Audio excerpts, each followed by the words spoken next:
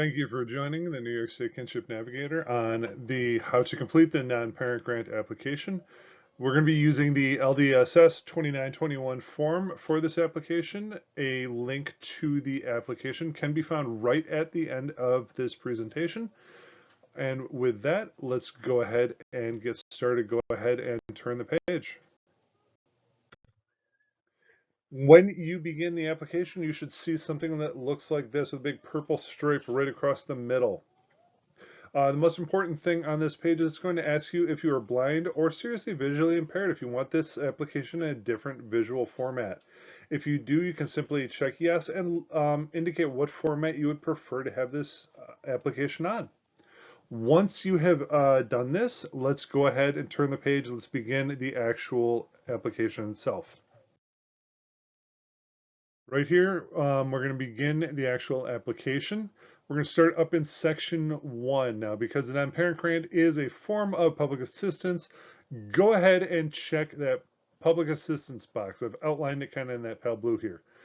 Because this is a common application, there are other things you want to apply for here. This is where you can check those boxes as well. So let's say hypothetically, this individual is going to apply for Medicaid as well. You're going to check this box down here, Medicaid and public assistance. Let's say you're going to apply for SNAP or child care assistance. Those are available up here as well. Go ahead and check those. Make sure you're checking the appropriate boxes for your application. Once you've done that, above the words, do not write in the shaded areas of this application, right up in that top margin, handwrite the words, non-parent caregiver case. This way, whoever is reading the application has no question in their mind what type of application they're reading. Now, section 2, your primary language. I've indicated English for myself. Please put in what is ever most applicable for yourself. And then your demographics information. This is for the caregiver, the one filling out the application. So in this case, sample caregiver and their demographics information. They live on Made This Up Street in a real city, whatever is appropriate to you, the caregiver. Section 4. Are you applying for SNAP? If you are, please sign and date down here. This is very important. If you're not applying for SNAP, this doesn't apply to you. But if you are, make sure you sign and date down here. Section 5, over here. Do any of these apply to you? Now, this is kind of for the whole household because these are things that you want to make sure they talk to you about when you go for your interview. Is someone pregnant? Do you need child support? Is there no income? Is there no food? Do you need foster care? Do you need child care? This is a very important one. So if these are things you want to make sure get discussed at the interview, make sure you're checking them here in section 5. This is very, very important. Once you've completed this, go ahead and flip the page. Let's go to section 6.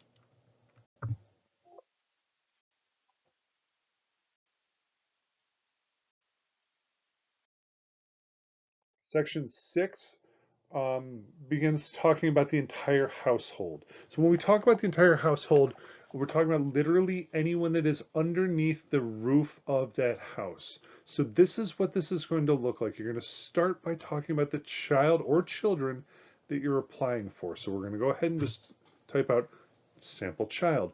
This is the one we're applying for. Now, below that, we're going to type out the caregivers. So sample caregivers, sample spouse caregiver, again, just some made up names. Once we've done that, this is the household. This is everyone that lives under the roof. But we're only applying for that child. So we're going to go across the line just for that child. So we got, they're applying for PA and MA, which in this case, public assistance and Medicaid, their date of birth, their sex, their gender identity does say is optional, the relationship to you. Now, self is filled in because they're the ones applying. If you have multiple children applying, you may need to go down and just fill in the other lines. Social security number, this is just for the children applying. Highest grade completed, if they haven't completed anything yet, this child I said is about 4, is going to be 0. And then this last column is actually for the whole family, the way it's written. Do they buy food or prepare meals with you? So the child, no, they don't yet. But the 2 caregivers do. They're old enough to be able to do that. So they do prepare meals. That's all you have to do on this page. So you can see that the whole household is listed, but only the child's info is the one filled out. So that's what that's going to look like for the household information.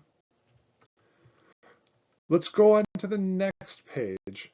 We're going to talk about race and ethnicity here. Now, when we look at this page, most of this page is actually shaded areas. And remember, we don't need to worry about those. We're only worried about that upper left here. Now, the lines here, 1, 2, 3, 4, we're actually looking at the same lines that we did on that previous page, kind of carried over. So 1, 2, 3 is just the same child and caregivers from the previous page. So you're just going to fill out the race ethnicity as it applies to those individuals and just go right across the line for them. That's all you need to do on this page. Once this is completed and you've just put in yes or no across the line, go into the next page. Here we're looking at citizenship. And this is only for individuals applying for the application. So you don't need to do the caregivers on this page. This is only for the child or children. So here we're doing sample child, who I've said is going to be a citizen. If they're a non-citizen, you can say non-citizen, fill out their USCIS number. But I said they are a citizen. And then have them sign. Sign, date, and what are they applying for again? PA and MA. Public assistance, Medicaid. So here again, it's only the individuals that are applying for the assistance. Let's go on to that next page. This page is going to be about child support. This is very, very important for the non-parent grant. So let's break this down. Top question. Are you applying for an individual under the age of 21 who is born out of wedlock and for whom legal parentage has not been established? This may or may not apply to your situation, so answer accordingly. Are you applying for an individual under the age of 21 who has an absent parent, a non-custodial parent? This is very often what the non-parent grant is about, so you're likely going to be answering yes. Assuming one of these two was yes, you're going to answer that third question. Are you personally the caregiver under the age of 21? Yes, no. Once you've answered these, it's going to look something like these. And I've kind of highlighted these, so make sure that these are answered. We're going to give some information about the parents that should be taking care of this child. So not the caregivers here. Who are the parents? Usually the biological parents, but the parents that should be taking care of the child. So you're going to list the child or children. In this case, sample child. Who are the parents? Mom of child, dad of child. Again, not the caregivers here. Who are the actual parents? And then their information, their date of birth, and their social security if known. This is so that the Child Support Enforcement Unit can begin to gather information, child support for that child. If you have multiple children here, the next one would simply go down on line C, and you can kind of continue that way. That's probably the easiest way to do it without squeezing multiple people onto multiple lines. Let's go on to the next page. Tax filing and dependent status. So here you're simply going to list anyone that filed taxes in the last year and how they filed, what the status was. This is the caregivers here. They were the only ones in the household that did. The child did not. Child, we said, was about 4 years old. So the caregivers filed, and they filed jointly. If they had filed single or head of household, you could check those. In this case, I said they filed jointly. Very simple. That's all that needs to be done on this page. Let's move on to the next. There's a lot on this page. It looks daunting, so let's take a look at this. We're looking at the whole household here. You need to declare income for the entire household. This does mean everyone. Now, I know the grant is only taking a look at the income for the child. That's the only one that the awards are calculated by, but you do still need to declare income for everyone. That is a part of the application. So what does that look like? First and foremost, let's say the child hypothetically is receiving survivor benefits. You would indicate that on this line. Child is receiving $250 a month. Fairly straightforward. Now let's say you got two people receiving the same benefits. What does that look like? Caregiver and sample spouse caregiver both receiving workers' comp. You just do it across the same line.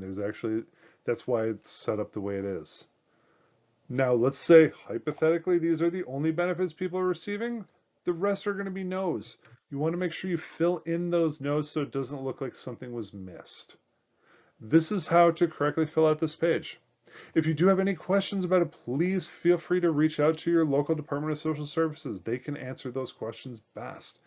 But this again is just a quick sample of what it should look like. This is going to just be an extension of that page. Continue down the same way you were. When you get to section 16, you have two very uncommon circumstances for the non-parent grant. Just yes, no questions. They're very, very uncommon, but you can go ahead and answer as appropriate. Employment information. You're going to start by talking about the whole household and yourself as the caregiver. Are you employed, self-employed, unemployed? And then give some information about your employment. This is again a requirement of the application. So I hypothetically said, okay, this caregiver is employed. They're making about $40,000 a year. They're working at Pizza Be Here. This is where the employment is located. This is how to contact them. Is anyone else working? Nope. Can leave that blank. Is health insurance available through the employer? No, we can't get health insurance. Does anyone have child care, dependent care needs because of employment? Yes, we gotta help this child somehow. Do you or anyone else that lives with you have other employment needs? Nope, that was it. Entire right side is a shaded section. You can skip this. Now let's say hypothetically, you are not employed and you indicated that on the last page. You'd fill out this page and simply go down and fill out this page accordingly. Education and training, you're going to begin by talking about the child, and then it kind of very quickly flips. So what is your your highest level of education completed? Does anyone else have a high school diploma? Has anyone in a training program? And just, it's a very quick page that you just go right down the list. Section 19, when we look at resources information, this is going to look very similar to the income information. That is because we are once again talking about everyone under the roof of the house. You need to declare cash available, checking account, burial fund, annuity, any resources that anyone has on hand still need to be declared. Now again, when you're applying for the non-parent grant, it is only taking into account money that the child has, but you still need to declare the income of the entire household. That is a requirement of the application. So you're going to fill this out the exact same as you did that previous section about income. Go on to the next section, medical information. This is again about the whole household, and it's just so they can follow up and see if there are additional needs and resources that they may need to refer you to. So go ahead and answer if there's a yes, and if yes, who? Who in the household has this need, and what do they need to address with you in your interview? When we go to this page, this is a very complicated looking page. There's a lot going on. So I want to just take a moment to break this one down. That first top section is grayed out. We can skip it. The middle section, health plan. If you're in Medicaid and you need to enroll in a managed care plan, you can do it here. They've also provided the number that you can simply call the marketplace and then do it that way. That's what that middle section is for health plans. Bottom right, grayed out, skip it. Bottom left is critically important for the non-parent grant application. It's shelter. It's very easy to miss. It's kind of hiding down there. So let's take a look at that. What is your landlord's name? If you own your own home and you don't have a landlord, you can write self. Just put your own information. It's very easy. If you are paying someone, if you're paying rent, and you have a landlord, make sure you put their information here. Landlord, this is where they live. This is how to get in contact with them. Then we need some information about what you are paying for this. So if you pay rent, if you pay mortgage, or you pay some other type of shelter expense, how much are you paying? So I said hypothetically 400. We are doing some very made up numbers here.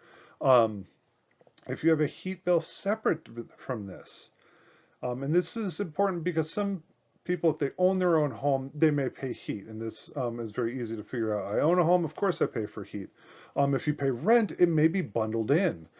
Your rental agreement may say, we include rent, and you may say, oh, I don't have a heat bill separate. So depending on your circumstance, your heat bill may or may not be separate from rent. So please answer this accordingly.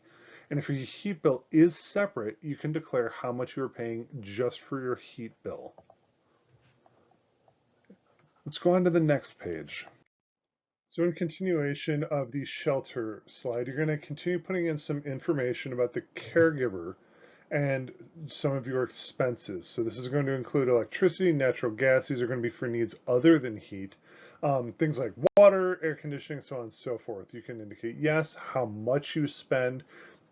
Now, mind you, you will be required to bring documentation on these amounts to your interview.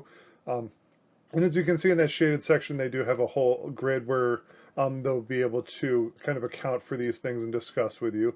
So just kind of be prepared to discuss, what these amounts are. But this is important so they can work out what your final awards are going to be. So you do want to be able to discuss how much you're spending on shelter. Then when you go down to the lower section, section 22, it's going to flip-flop. We're going to be talking about children's information here. So are the child or children paying child support or spousal support or child care and so on? And I know this sounds a little strange, but remember this is again a common application that is used for many different things, and that's the reason for this. So go ahead, fill that out accordingly. It's likely going to be all no's, but again, fill that out accordingly. And then we're going to go on to the next page. Here was section 23, that upper left. This is just for the whole family. Do you buy meals from home delivery? And just fill this out as applicable to the whole family. On the right, that column, this is have you or anyone that lives with you. That whole column. Go ahead, fill out accordingly. When you are done with this, you have completed the bulk of the application. All of the question answer parts are now completed. We're going to go ahead onto the next page. This is simply for their purposes. These are for reading. Please read these pages in their entirety. If you have any questions about these pages, please contact your local Department of Social Services. They can answer them. They're the experts on this. When you have gotten through those pages, this is where you can sign and date. When you have signed and dated here, your application is now complete. You can drop this off at your local Department of Social Services. Finally here, I've included two links. The first is a link to the applications itself. You can find applications in multiple languages. There are also resources to be found on this page on how to complete the application, your rights and responsibilities as an applicant, and so on and so forth. The second is just a direct link to the good cause exemption if you do have questions about how this works. This applies to child support collection. So if you do have questions about that, this is a direct link to information on that. Thank you for your time. Good luck with everything. The end.